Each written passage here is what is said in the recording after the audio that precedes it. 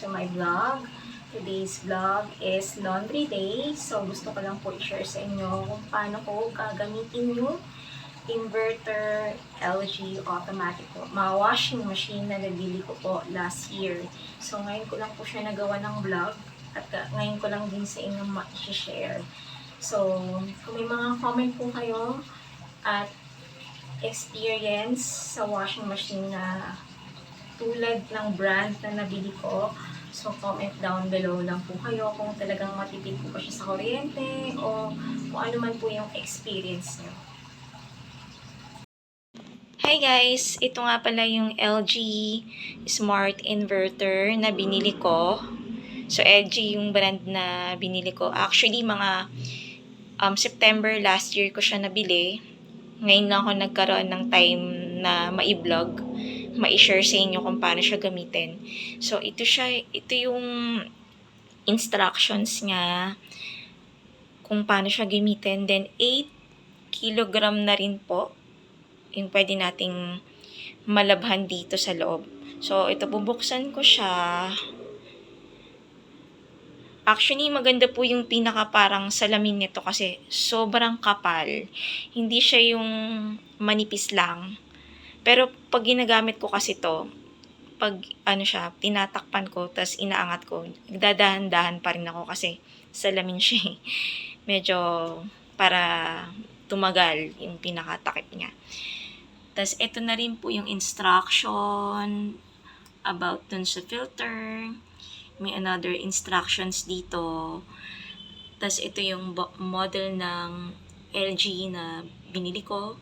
Ito yung pinaka-model niya. Meron na rin dito, WhatsApp phone number, customer service ata to, I think. Ito yung pinakaloob niya. Tapos ito yung lagayan ng liquid detergent soap.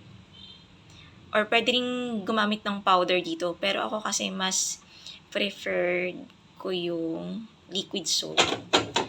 Tapos ito na rin po yung kanyang filter. Ganito siya tanggalin. Yan. Tapos, pag ikakabit, ibabalik. Isusuksok lang to siya pag ganito. Yan. Ganyan. Medyo malalim din naman yan na kahit papaano. Malalim siya ng konti.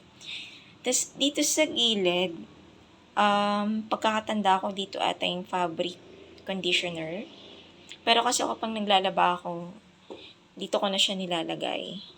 Or dito ko siya dinediretso sa pinaka center ng washing machine. So, yan. So, ayan. Ready na ako maglaba. Nakalagay na yung mga lalaban ko dito. Actually, mga lang to, ang mga damit ko na pang alis.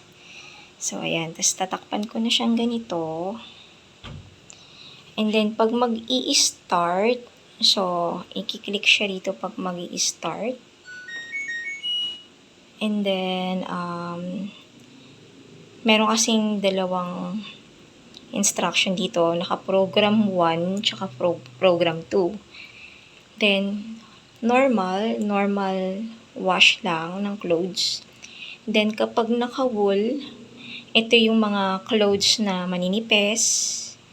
Then, pag duvet, ito yung mga makakapal ng clothes like yung mga jacket na maong or any clothes na makakapal or kumot.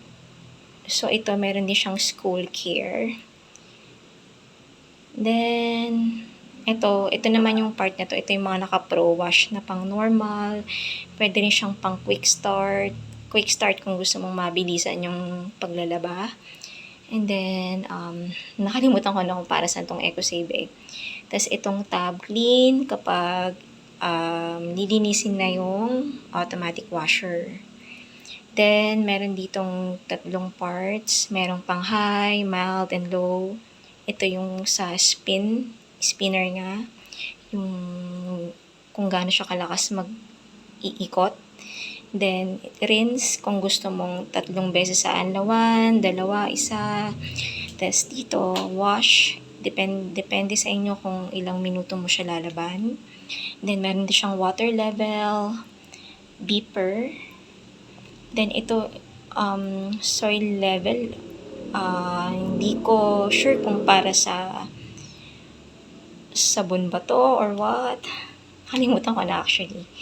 And then, kapag ngayon, ang pinili ko rito is normal. Then, 3 beses ko siyang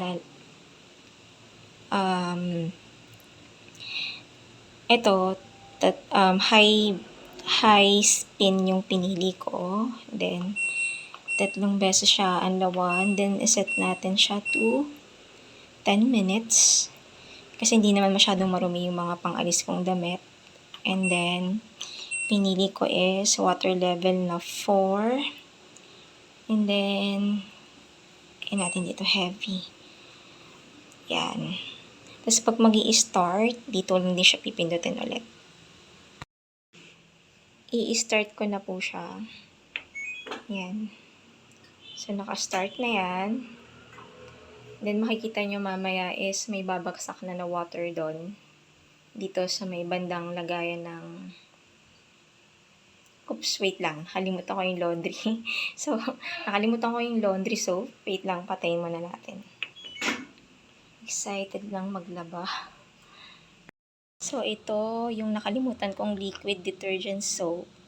So, dito sa lagayan ng soap nga, pwedeng liquid, pwedeng powder. Pero, ako, mas gusto ko yung liquid talaga yung ilalagay compared dun sa powder. So, ayan. Tapos, isara ulit natin. Then, diba, in-stop ko siya kanina kasi nakalimutan ko yung liquid detergent soap. Tapos, ano ko lang to. Click ko lang tong start again. Tapos yan, mag-i-start na yan. Mamaya-maya, babagsak na yung water doon. So, ayan guys. Bumagsak na yung water. So, it means, mag-i-start na siya. After nyan, mag-i-spin na tong pinaka-washer natin sa loob. Actually, hindi yan tuloy-tuloy. Nag-i-stop yan. Parang nag-iipon mo. Tapos, papakita ko sa inyo kung paano siya mag-spin. Ganyan lang siya. Naka-high na yung spin niya. Which is very normal. Hindi po siya same ng ibang automatic washing machine na turbo. Kasi pag turbo yung binili nyo na automatic washing machine is, ano siya, very strong yung pag-spin niya. Ito, very normal lang.